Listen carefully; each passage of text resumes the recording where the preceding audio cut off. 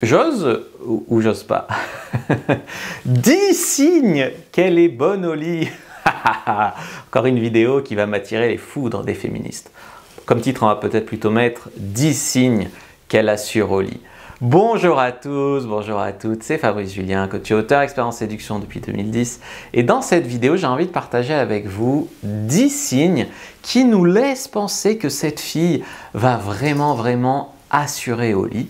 Alors c'est bien s'il y a des femmes qui regardent cette vidéo parce que ça veut dire que elles vont pas passer pour des coincées, elles vont pas passer pour des nunuches, elles vont pas passer, voilà. C'est bien aussi pour les hommes parce que moi je vois plein d'hommes qui draguent et qui ont du mal à draguer des nanas et puis quand ils arrivent à en draguer une, elle veut pas coucher ou elle veut le faire dans le noir ou juste en missionnaire ou elle veut pas se déshabiller complètement, voilà. Et ils sont là en mode putain mais j'ai galéré depuis des mois pour draguer une nana et quand je couche avec une, mais c'est nul. Et du coup, c'est parce qu'il y a des femmes qui sont plus à l'aise avec le sexe, des femmes qui ont plus d'expérience, des femmes qui… Voilà. Donc au final, pourquoi ne pas essayer de reconnaître les bons coups à l'avance? Et les bons coups, les filles les plus mignonnes, les plus sexy en tout cas, ne sont pas forcément les filles les plus difficiles à dégoter. Par définition, plus la fille va être complexée, va avoir des problèmes dans son rapport avec le sexe, plus la fille va… Voilà, plus ça va être compliqué de coucher avec elle et moins le moment va être agréable pour toi puisque tu vas devoir dire ah mais non t'es jolie, t'as pas de complexe, ah, t'as pas d'expérience, mais non fais comme ça. Tu vois ce que je veux dire? Je suis pas là du tout pour porter un jugement sur les femmes qui ont peu d'expérience ou qui ont des tabous ou qui ont des culpabilités avec le sexe ou des problèmes dans leur lien avec le sexe. Ça peut être pas leur faute, elles peuvent avoir été agressées sexuellement dans leur jeunesse ou voilà. Bien sûr, c'est pas toujours leur faute. Mais il n'empêche que du point de vue de l'homme qui veut faire une rencontre, s'il n'a pas envie forcément de tout de suite prendre femme, quoi, se marier, épouser, il peut avoir envie, et même pour se marier et épouser d'ailleurs, il peut avoir envie de trouver une nana qui va un petit peu assurer au lit, lui donner du plaisir, passer un bon moment, que ça ne soit pas compliqué, prise de tête, etc. etc. Mais on peut aussi apprécier une femme qui a peu d'expérience ou qui est un petit peu complexée dans son corps.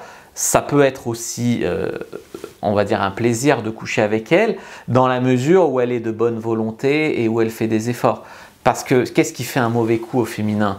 C'est pas forcément tout à fait le manque d'expérience. Une femme peut avoir eu un ou deux partenaires dans sa vie et franchement être bien. C'est pas la question. La question c'est oui mais non, fais dans le noir, mais non, je me déshabille pas, mais non, pas cette position, c'est humiliant, mais non, pas comme ça, mais non, moi je fais pas ça, fais-moi toi, mais non, machin. Tu vois, et c'est quand tu rentres dans ce cercle un petit peu de non, mais non, fais pas, mais non, pas comme ça, mais non, s'il te plaît, je sais plus où j'en suis, je pleure, je m'énerve, je machin. Alors oui, je veux dire, il faut pas la forcer, il faut être compréhensif, il faut être doux, tout ce que tu veux. C'est juste qu'à un moment, tu peux avoir envie de rencontrer une femme qui va être un petit peu plus dévergondée au lit, avec qui tu vas un peu plus t'éclater. Il y a un temps pour tout, il y a différents profils. Dans cette vidéo, ça fait 1 heure que je m'excuse, en tout cas, je ne devrais pas. Donc dans cette vidéo, on va voir comment repérer des femmes qui assurent au lit, c'est parti. Mais avant de commencer, je vous offre un guide gratuit sur la séduction ainsi qu'une série de conseils gratuits eux aussi par email. Pour les recevoir, si vous êtes intéressé, c'est très simple. Cliquez sur le premier lien dans la description de la vidéo. Si vous êtes motivé, vous le trouverez. Abonnez-vous et activez la cloche parce que si vous ne le faites pas, YouTube ne vous préviendra pas à la sortie des prochaines vidéos et vous allez rater des pépites.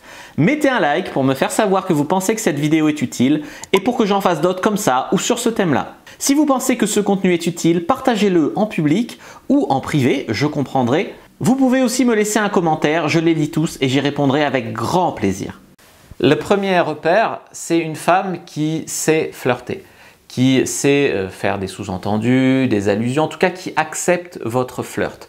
On ne lui demande pas forcément de flirter très activement, parce que beaucoup de femmes ne savent pas flirter, ne savent même pas donner un signe d'intérêt à un homme. Je sais, c'est grave, mais c'est comme ça.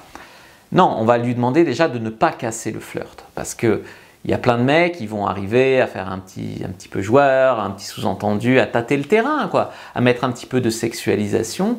Et la nana va dire « Ah non, je suis pas une fille comme ça, casse-toi ».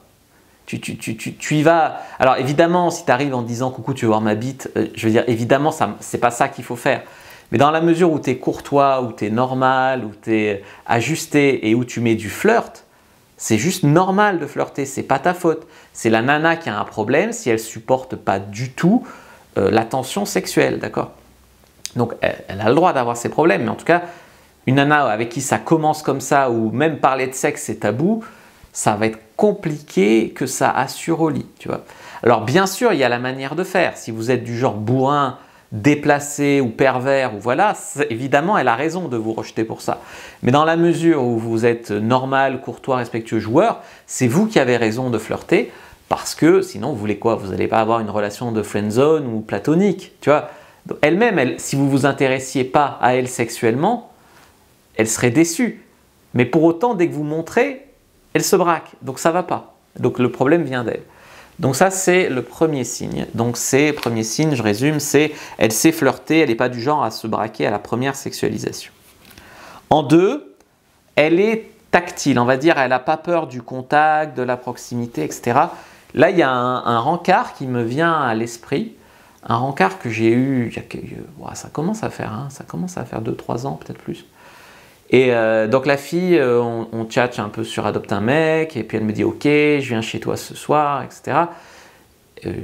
Bon, et puis au moment où elle vient, elle commence à me dire non, mais tu sais, je commence à être un peu fatiguée, je sais pas si je pourrais rester tard. Bon, viens quand même, parce que j'avais rien de mieux à faire, viens quand même. Elle vient, donc elle rentre chez moi, je veux lui faire la bise, elle me dit je suis pas très à l'aise à être tactile comme ça quand je connais pas trop. Je dis ok, rentre, machin, on boit un verre de vin. Elle s'assoit, je commence à me rapprocher un petit peu et elle me fait non mais moi il me faut le temps de connaître la personne, il faut être tactile, j'aime pas qu'on me touche, j'aime pas être tactile, je sais pas, elle commence à paniquer. J'ai dit tu veux peut-être rentrer chez toi, tu veux t'en aller, peut-être que je te plais pas. Si, ça, tout va bien, laisse-moi un peu de temps, machin. J'ai resté jusqu'à 1h du matin avec elle ou 2h du matin. Chaque fois que je me rapprochais, je suis pas à l'aise. Et pour autant, elle voulait rester, pour autant, elle me disait que je lui plaisais, pour autant, elle voulait apparemment baiser. Sur Adopte un mec, on avait sexualisé. Déjà, tu peux pas faire ça, c'est pas possible. Et comment tu crois qu'après, quand tu vas coucher avec elle, ça va être un bon coup? D'ailleurs, j'ai jamais couché avec elle après. Donc, au final, elle a fini par paniquer. À un moment, j'ai dit bon, c'est moi qui jette l'éponge. Je suis désolé, je veux pas. On rentre chez toi. Voilà. En 3. Une femme qui semble bonne vivante, bon délire, elle aime rire, elle aime le bon vin, elle aime la bonne bouffe, elle est joueuse, elle aime jouer, etc. D'ailleurs, c'est un truc, ça c'est le point numéro 3, c'est un truc, c'est dur à savoir, mais si la fille elle se masturbe, souvent elle sera meilleur coup parce que la masturbation d'une femme qui se masturbe, c'est une femme qui apprend qui a moins de tabou avec sa sexualité, puis qui apprend à apprivoiser son corps, à se faire jouir, etc. Souvent les femmes qui ont du mal à jouir, à lâcher prise, etc., elles se sont jamais domptées elles-mêmes, on va dire, en masturbation. Si vous arrivez à savoir, je ne sais pas comment, peut-être en lui posant la question si elle se masturbe, au détour d'un truc coquin, d'une ambiance coquine, c'est une question qui peut s'amener, ça peut braquer, mais ça peut s'amener aussi. Si tu arrives à savoir si elle se masturbe, c'est un bon indicateur aussi. Mais pas que, parce que moi je me rappelle d'une fille que j'avais draguée, alors là pour le coup, tu remontes dans le temps, peut-être 10 ans de ça, mais elle m'avait marqué par sa nullité en fait, parce que c'est une fille qui, je sais pas, j'ai peut-être dragué 4 mois, 5 mois, on s'est vu en soirée, on s'est embrassé, on s'est tchatché sur Messenger, alors en parole, mais oui, moi je suis une chaude, mais oui, moi j'ai peur de rien, tu vas voir ce que tu vas voir, machin, tout ça, etc. Et puis jamais vraiment d'action, oui, on s'est embrassé en soirée, mais c'est tout. Et en parole, vas-y, qu'elle a peur de rien, vas-y que c'est une chaudasse, vas-y qu'elle fait les meilleures pipes du monde, vas-y que machin, que truc. Elle était dans la survantardise en fait, tu vois, dans la survantardise, dans la surenchère. Moi, parce que moi, je ne fais pas forcément d'enchères, je parlais de ma vie, ma vraie vie sexuelle, sauf qu'elle se sentait obligée d'en rajouter des caisses. Et puis, comble du comble, j'ai appris par un pote qu'elle était vierge, qu'elle était complètement vierge, et elle était dans la surenchère, dans la vantardise, dans le machin, dans le truc. Donc ça pouvait pas marcher. Je dis pas que c'est mal d'être vierge, mais pourquoi tu joues ce rôle-là? Tu vois, qu'est-ce que ça fait? C'est ce que je veux dire. Tu t'enfermes toi-même dans une image que... Et au final, elle couche pas avec moi parce qu'elle s'est tellement vantée qu'elle sait très bien qu'en vrai, ça sera pas à la hauteur. Donc au final, elle préfère ne pas coucher. Donc voilà, elle s'enferme elle-même, quoi. Je reprends. Donc signe numéro 4, elle prend soin de son corps. Donc elle fait du sport. Souvent, une femme qui aime le sexe, on va dire, souvent elle va aimer pratiquer aussi une activité physique. C'est pareil, tu sens ton corps, etc. Donc ça peut être ça.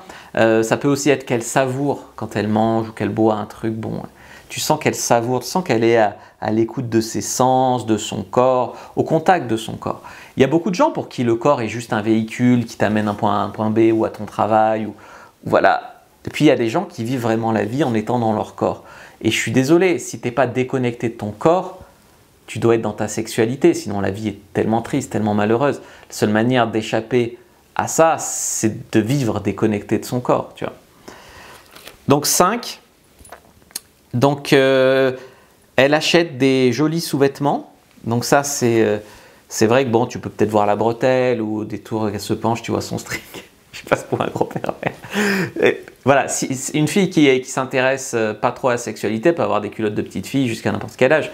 Mais une fille qui s'intéresse vraiment à la sexualité, peut-être même qui a fait des formations de sexualité, genre le tuto X, ou qui a lu le guide de la bonne amante, ou qui a le guide du lâcher-prise sexuel, ou je fais toutes mes pubs. Non, mais une fille qui est intéressée par le cul, quoi. Souvent elle s'achète des beaux sous-vêtements.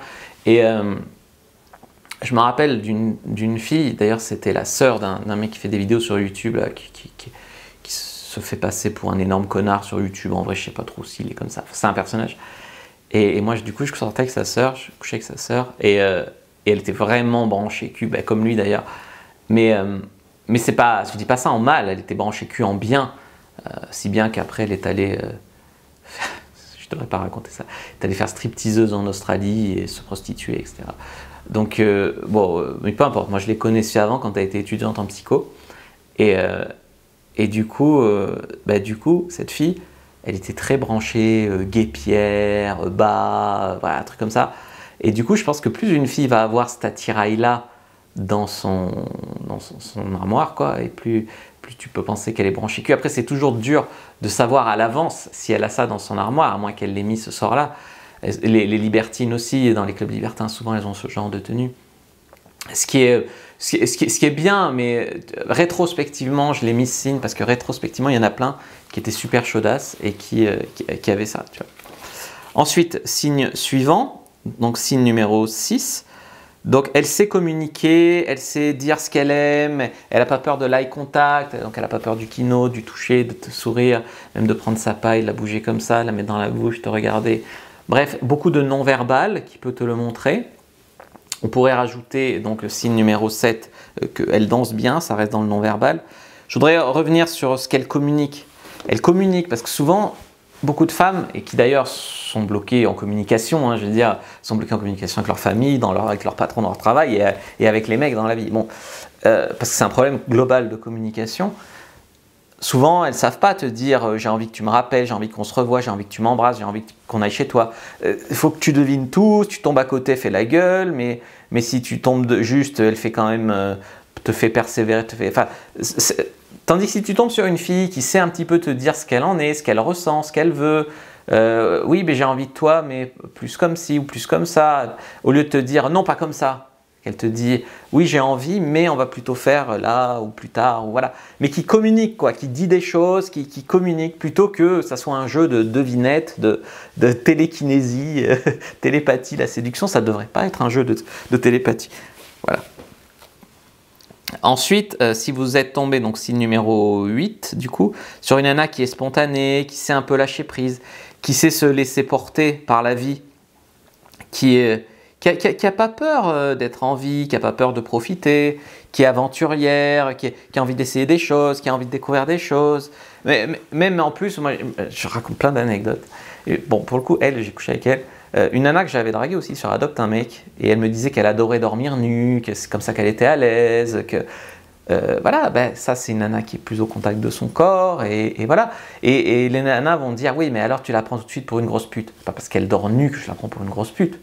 Je veux dire, ça n'a pas de rapport. Vous voyez, c'est tellement tabou que dès que tu dépasses un orteil, tu parles de ce sujet, tout de suite on part dans les extrêmes.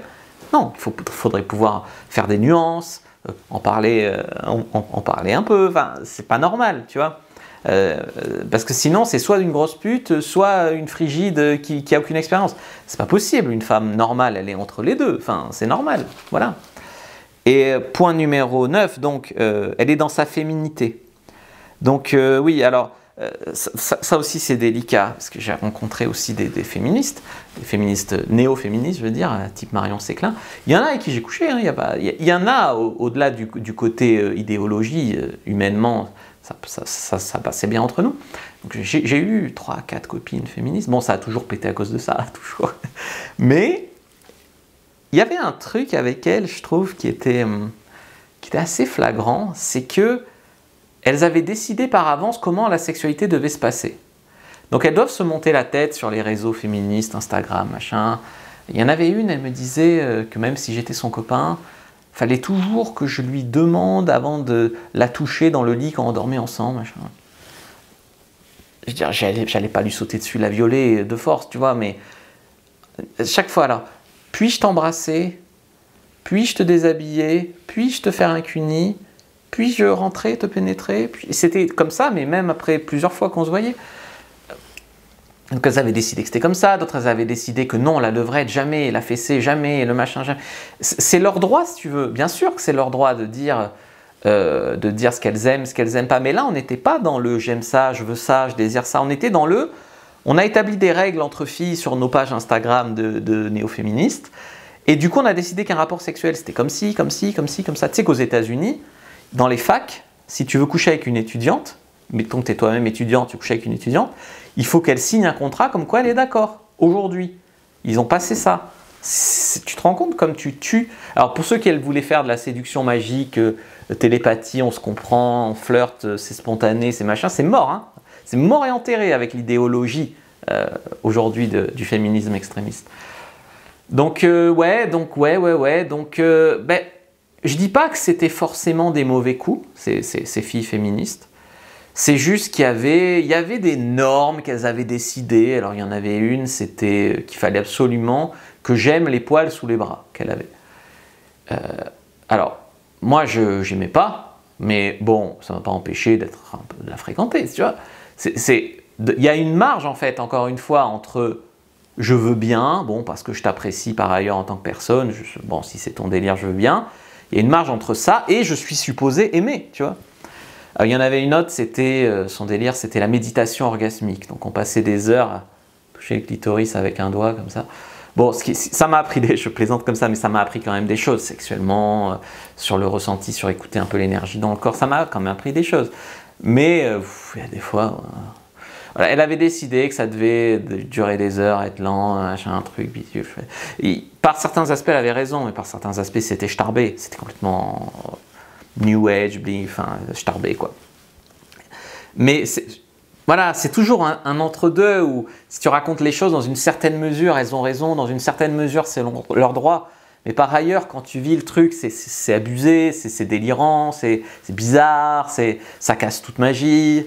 Voilà. Et du coup, aujourd'hui, j'aime pas trop m'approcher de ce genre de filles parce que je sais que souvent au lit, ça peut être bien en tant que personne, on peut avoir une connexion, mais tu sais, je vais raconter une anecdote encore, cette vidéo va être longue, mais je me suis jamais autant fait insulter en tant que coach en séduction et sexualité que par des féministes, des néo-féministes qui avaient décidé plein de trucs. Par exemple, il y en a une, elle a regardé une vidéo de ma chaîne Le Grivois et elle a décidé de m'insulter pendant plusieurs jours en disant « Ouais, toi, tu crois que tu es un bon coup parce que tu connais la technique, mais le sexe, c'est plus que ça. Le sexe, c'est pas de la performance. » machin. Donc, elle avait appris sa leçon, le sexe n'est pas une performance. J'ai jamais dit que le sexe était une performance. J'ai même fait des vidéos où j'explique que c'est pas qu'une performance. Tu vois, elle tombe dans le truc inverse où, comme si la technique avait aucune importance. Ce qui est faux aussi. Bien sûr, il y a une alchimie, il y a un laisser-porter. Alors après, c'était, ouais, tu te vantes d'avoir couché avec 400 femmes, t'es un monstre, t'es un macho, t'es un machin.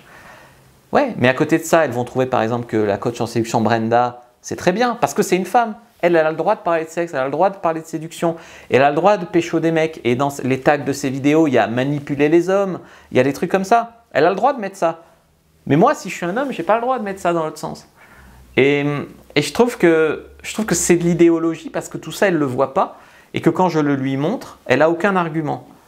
C'est de l'idéologie, t'es un homme, t'as tort, point. Même quand t'as raison, t'as tort, point. Et si j'arrive à un contresens où je vois que c'est moi qui ai tort, tout en te disant que t'as tort, ben, je me remets pas en question. Ça fait un petit peu court-circuit, je m'énerve et je te bloque. Et du coup, voilà, tu te fais insulter. Mais j'ai jamais été insulté que par ce genre de personnes.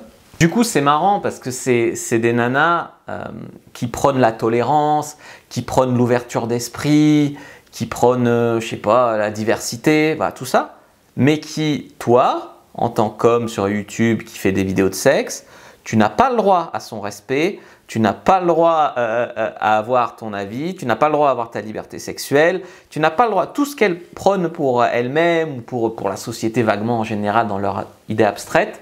Toi, en tant qu'homme, a fortiori, j'insiste, mais homme blanc, hétéro, sur YouTube, coach en sexualité, oh là là, quel monstre, gros macho, voilà, de base, gros macho. Toi, tu n'as pas droit à tout ce respect. Toi, tu mérites qu'on t'insulte, tu mérites qu'on t'envoie plein de messages pour te dire que tu ferais mieux de te suicider. Et c'est du vécu, hein. Il y en a plein qui m'ont dit ça aussi.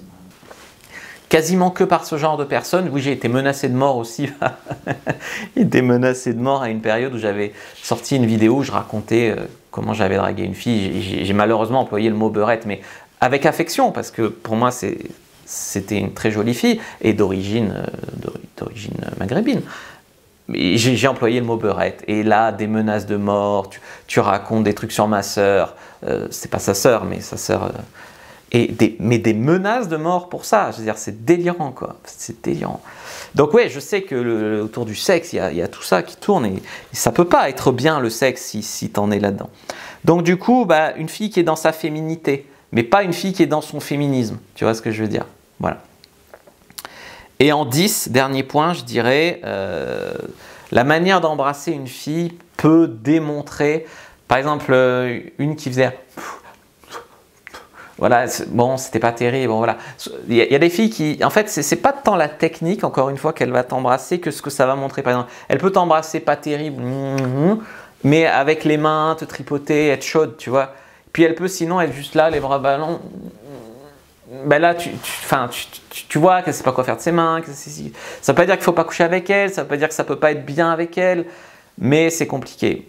Je n'irai pas jusqu'à dire que les filles qui ont été les meilleurs coups de ma vie étaient celles qui embrassaient le mieux. J'ai en tête deux, trois exemples de nanas où c'est vrai que c'était des sketchs pour embrasser, c'était pas terrible, quoi. Mais qu'au lit, ça niquait bien. Pardon de parler comme ça.